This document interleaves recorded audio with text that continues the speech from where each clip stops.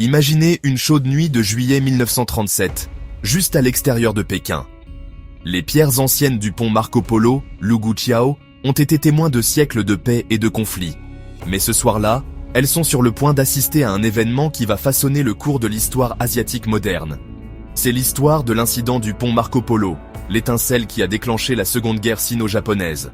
Alors, que s'est-il réellement passé ? Des troupes japonaises stationnées à proximité menèrent des manœuvres nocturnes. Soudain, elles ont affirmé qu'un soldat manquait à l'appel.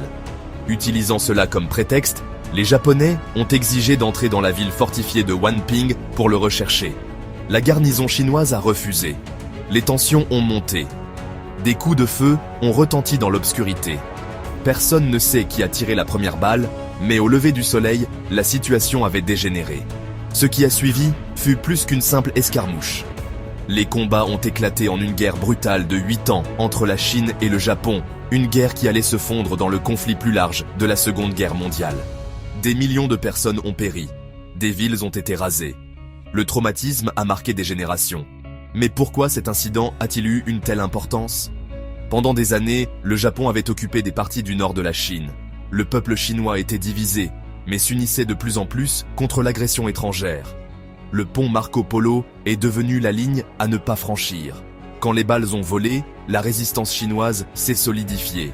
88 ans plus tard, en 2025, ce moment est encore commémoré. Au même endroit où tout a commencé, les dirigeants chinois se réunissent pour honorer les morts et réfléchir au coût de la guerre. La cérémonie de cette année a adopté un ton différent, se concentrant davantage sur l'unité et la paix que sur les anciennes animosités. La technologie a même insufflé une nouvelle vie au passé, avec l'IA restaurant des photographies jaunies, rendant les événements plus réels pour une nouvelle génération. Et alors que la Chine se prépare à célébrer le 80e anniversaire de la victoire sur le Japon, la leçon est claire. L'histoire ne se limite pas au passé. C'est un appel à comprendre la douleur, le courage et les choix qui font de nous ce que nous sommes aujourd'hui. Maintenant, vous savez qu'est-ce qu'il s'est passé durant la nuit de juillet 1937, qu'on appelle l'incident du pont de Marco Polo.